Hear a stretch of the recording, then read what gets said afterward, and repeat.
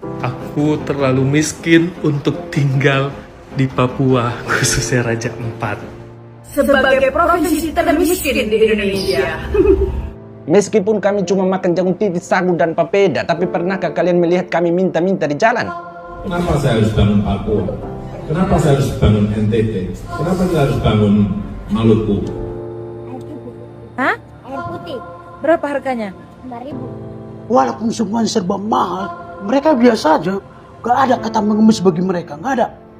Saya setuju dengan apa yang disampaikan Bapak Jokowi. Harus bangun jalan dulu, bangun jembatan dulu. Baik, sonde baik, tanah timur lebih baik. Kalau saya politikus, saya bangun saja Jawa. Jawa itu 149 juta penduduknya. Kenapa saya harus bangun Papua? Kenapa saya harus bangun NTT? Kenapa saya harus bangun Maluku? Ini mengelola negara. Konstitusi kita mengatakan keadilan sosial bagi seluruh rakyat Indonesia itu wajib.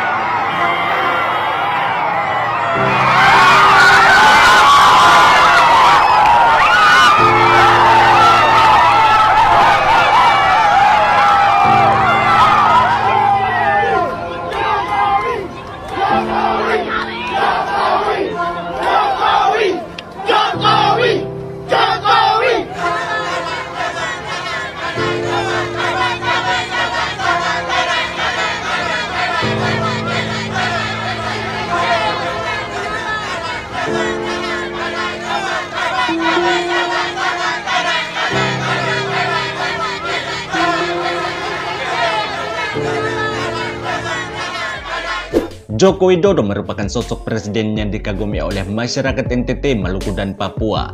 Namun kekaguman tersebut membuat para kaum sakit hati semakin depresi sehingga mereka pun selalu membangun narasi yang seakan-akan menjelekkan Presiden Jokowi dengan harapan masyarakat NTT, Maluku, dan Papua membenci Presiden Jokowi. Contohnya beredar sebuah stiker di media sosial, di mana dalam stiker tersebut menuliskan caption yang mengatakan cukup fanatik untuk Jokowi, tapi tidak pernah keluar dari jurang provinsi termiskin selama Jokowi menjadi presiden.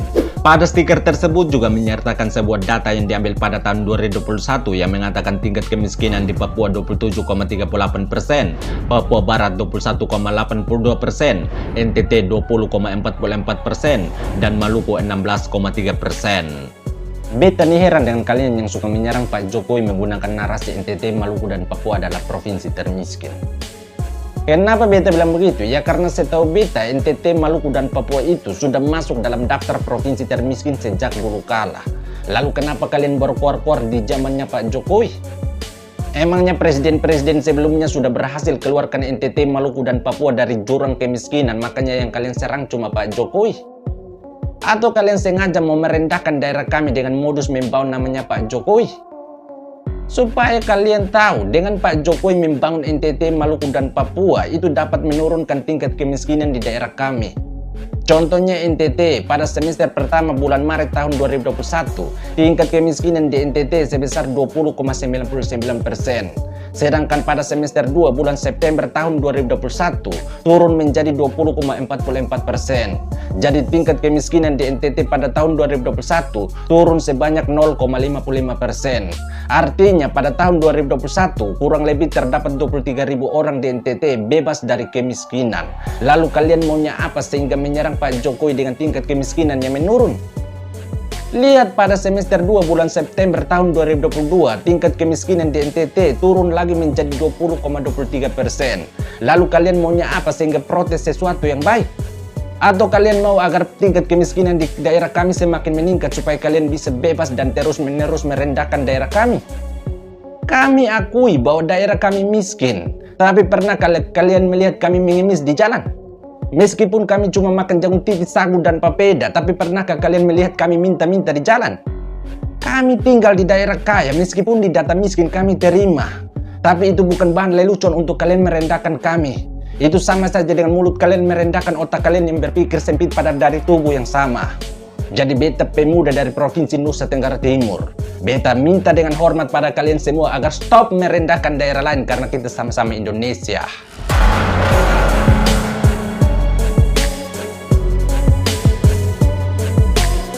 Serangan pada Presiden Jokowi terhadap tingkat kemiskinan di NTT, Maluku, dan Papua tak hanya datang melalui stiker yang beredar di sosmed, namun serangan tersebut juga datang secara terang-terangan dari para kaum sakit hati. Contohnya Rahma Sarita yang adalah mantan pecatan staf MPR, di mana dalam sebuah video Rahma Sarita menyudutkan masyarakat NTT yang mendukung Jokowi 3 periode dengan mengatakan NTT adalah provinsi termiskin ketiga di Indonesia sambil tertawa. Sejumlah masyarakat di NTT menggelar deklarasi komite referendum masa jabatan presiden.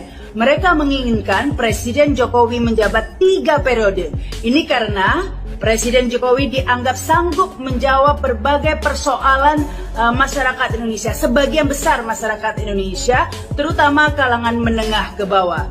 Itu sebabnya perlu ditambah 1 periode saja sehingga merata ya, mampu menuntaskan seluruh persoalan masyarakat Indonesia. Nah, ini menarik ya, karena kalau menurut data BPS tahun 2021, persentase penduduk miskin di NTT ini justru meningkat loh ya, mencapai 21,21%.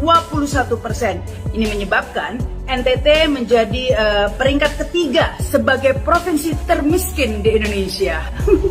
Maksudnya apa Anda tertawa ketika mengatakan bahwa NTT adalah provinsi termiskin ketiga di Indonesia?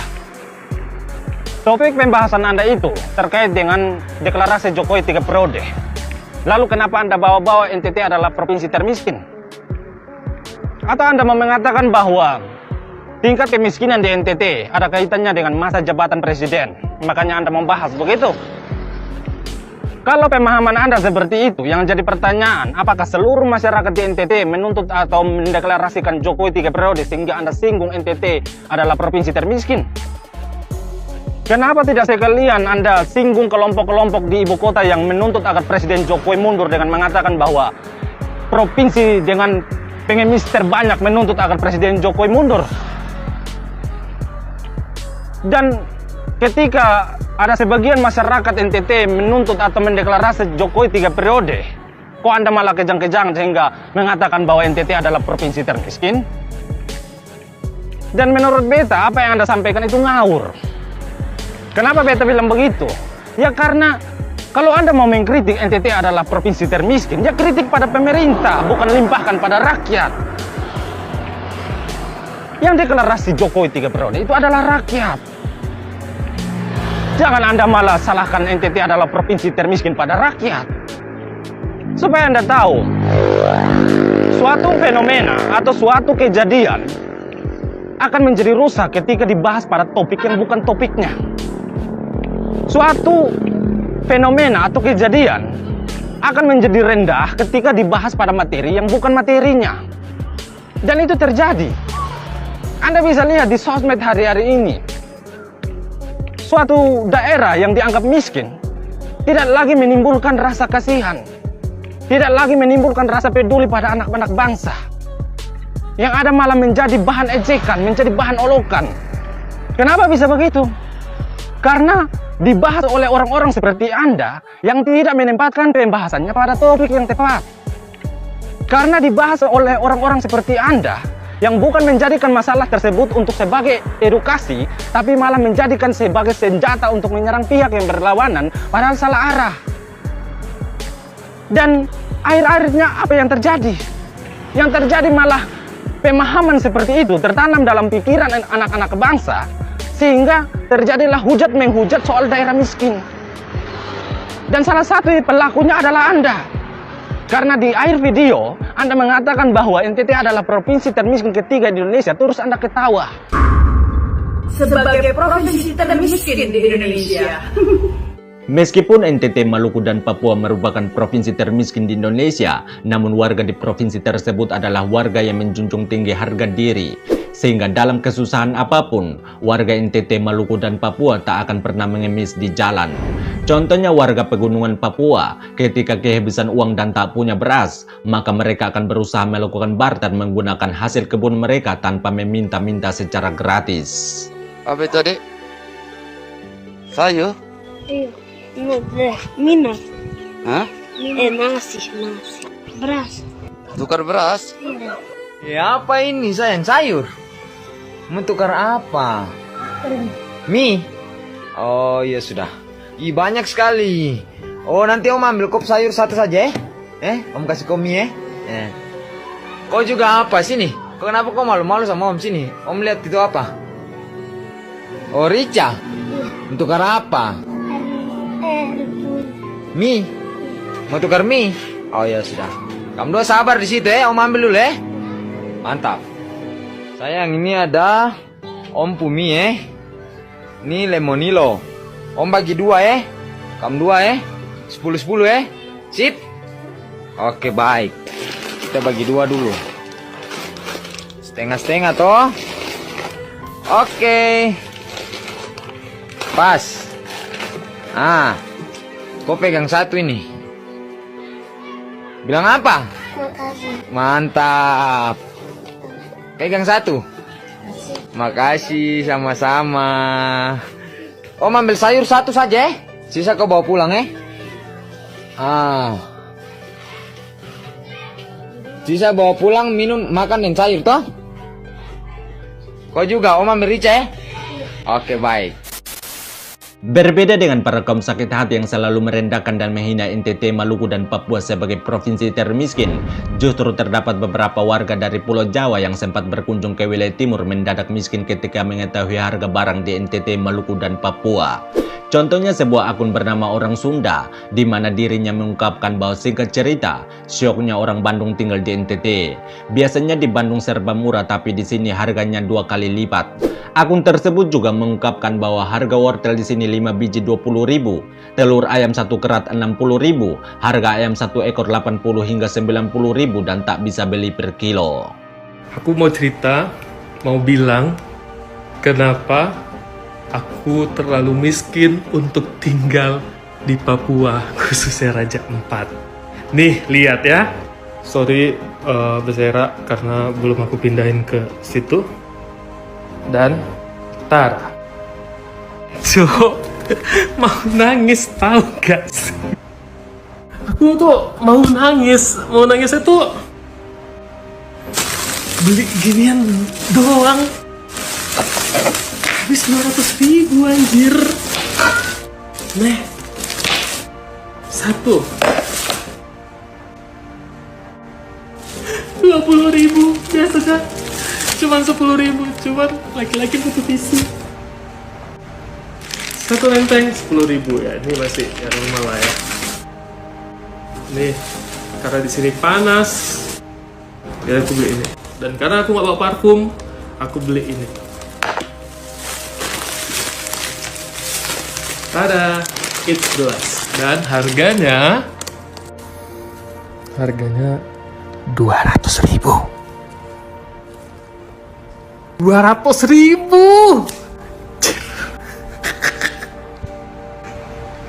Oh, ada lagi sih yang lebih menakjubkan. Harga ayam penyet di sini 40.000 per porsi, woi.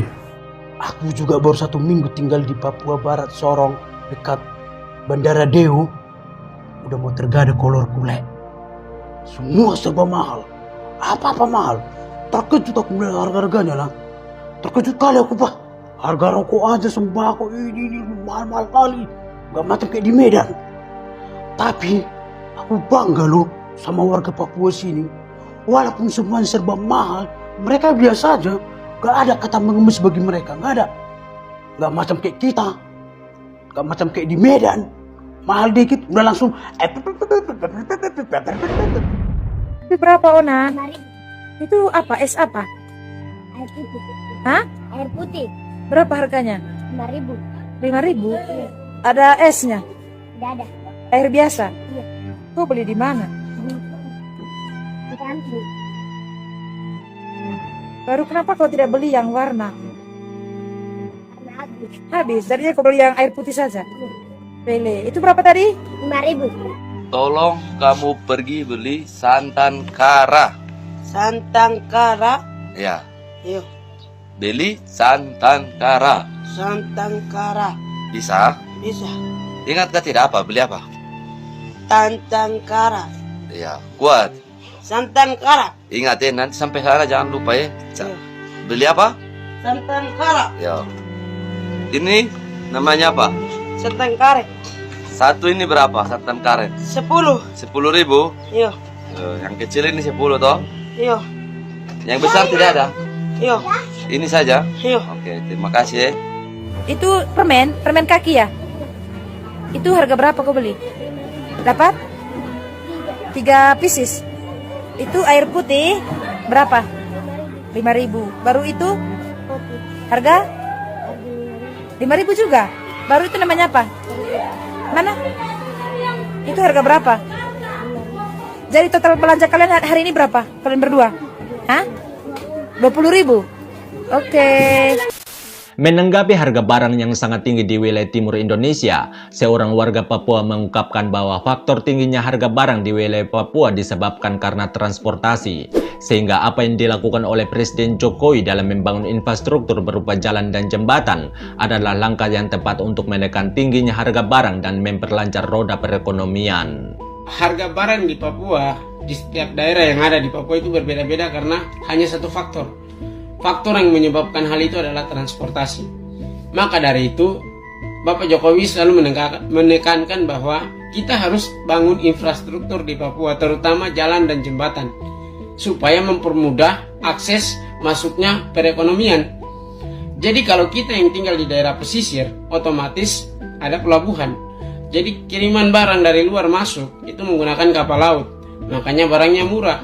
Seperti halnya di Jawa. Kita merasakan hal yang sama di sini. Jadi kalau kita yang tinggal di daerah pesisir yang dekat dengan pelabuhan, itu harga barangnya pasti beda 1.000-2.000 dengan harga yang di Jawa dengan kami di sini. Sedangkan kalau mereka yang tinggal di daerah pedalaman, apalagi mereka yang dataran tinggi, Intan Jaya, Puncak Jaya dan sekitarnya, itu harga barangnya mahal karena mereka suplai bahan pokok ke sana itu menggunakan pesawat. Jadi sama halnya dengan kita beli barang online, pasti ada harga ongkirnya. Jadi seperti itu. Jadi kita beli mungkin 2.000 karena plus ongkir dinaikkan menjadi 7.000. Seperti itu, Bang. Jadi saya setuju dengan apa yang disampaikan Bapak Jokowi. Harus bangun jalan dulu, bangun jembatan dulu, baru yang lainnya disesuaikan. Banyak yang komplain bilang kita tidak makan jalan, tidak makan jembatan, tidak makan infrastruktur. Tapi kan terbukti, kalau adanya jalan, pasti akses ekonomi itu semakin cepat. Jadi pemerataan itu akan terjadi saat ada jalan, ada jembatan. Harga akan semakin turun kalau akses itu semakin lancar.